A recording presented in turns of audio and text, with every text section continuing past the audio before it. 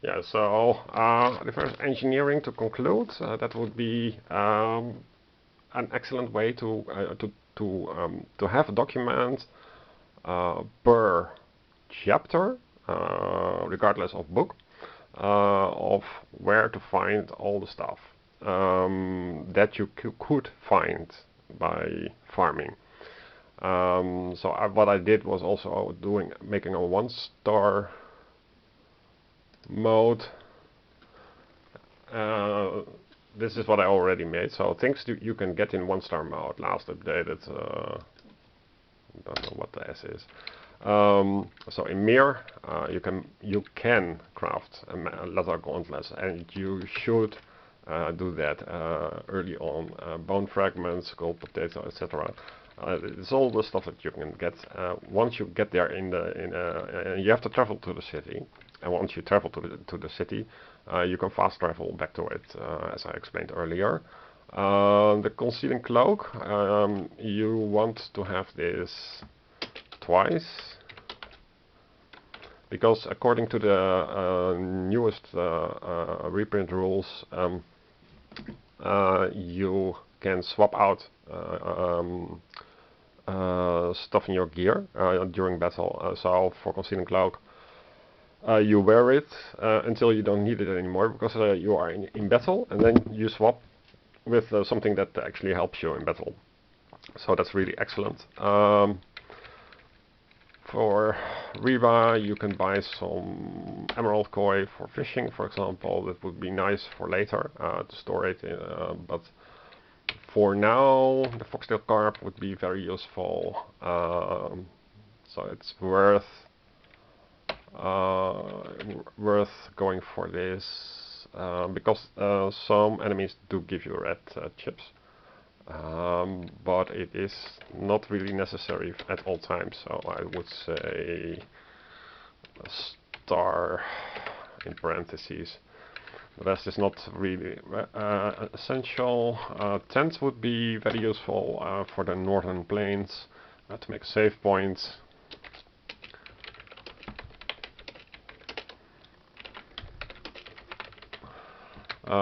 Feathers, you want feathers, you want wolf pelts, bear pelts, but you can buy them also. Then feathered mantle, you can... fuck, what is a feathered mantle? In Stropha... feathered mantle... Stropha. Oh yeah, so here it is. Feathered mantle. You need feathers and rough leather, but the feathers and rough leather are mentioned above. So what you also want is, of course, an index, what you can get to. So you can loot, or how do you say, farm. You can farm for ancient roots, animal hide, bear, pelt. Let's make this a bit easier, adding a space. So the notes are there. You can buy it at Vouno if you really want it. So it makes sense to try to visit as many cities as you feel up to. So bone fragments, you can get them from Vouno or from a flesh-eating fish. So this is also a critique for the economy, because why would people in Vouno, it's in a mountain, deal with overload of flesh-eating fish that they have to harvest? And at sea. Anyway, so for claw, you can get it at the frozen wastes from a dusk stalker, and you can also get them from all kinds of nodes. So I would have to rewrite this for 1928. 1928. Just for one more example, So 19 is north of Silny. 28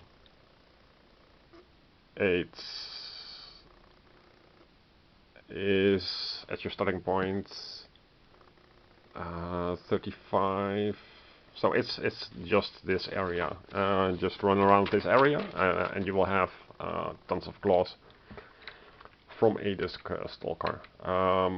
Tenebrisuk is, I couldn't find it, so maybe it's some kind of bounty quest or something. But this is plenty of information to go for. Go for a claw, unless you are already in the frozen waste for some reason. Then it would be useful to have this information. So I would keep these both, but keep in mind that this is a 2-star because of the 2 here. What else is there? So all the things that you can find in 1-star mode. That's a lot. But so for example, what else? Wasn't there some kind of bonus?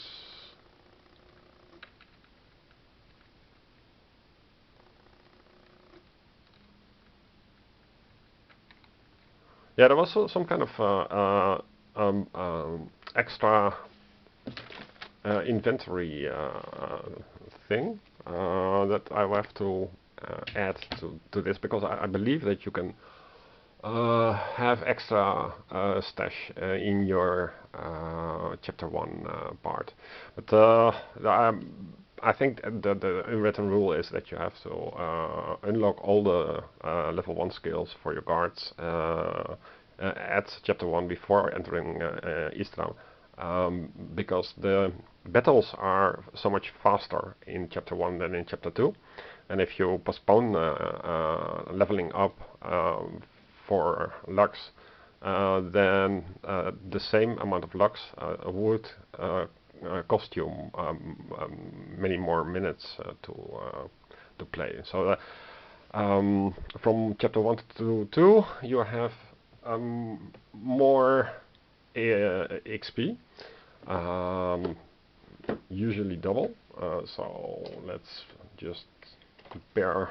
You have a Brigand Archer level 2, and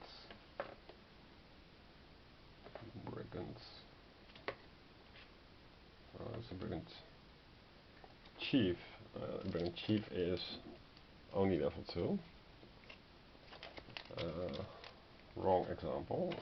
Let's say you have a Brigand Archer, right? So Brigand Archer, its 1-star version is 2 Lux Essence, so it's not really much worth, but it can be a nasty Paita.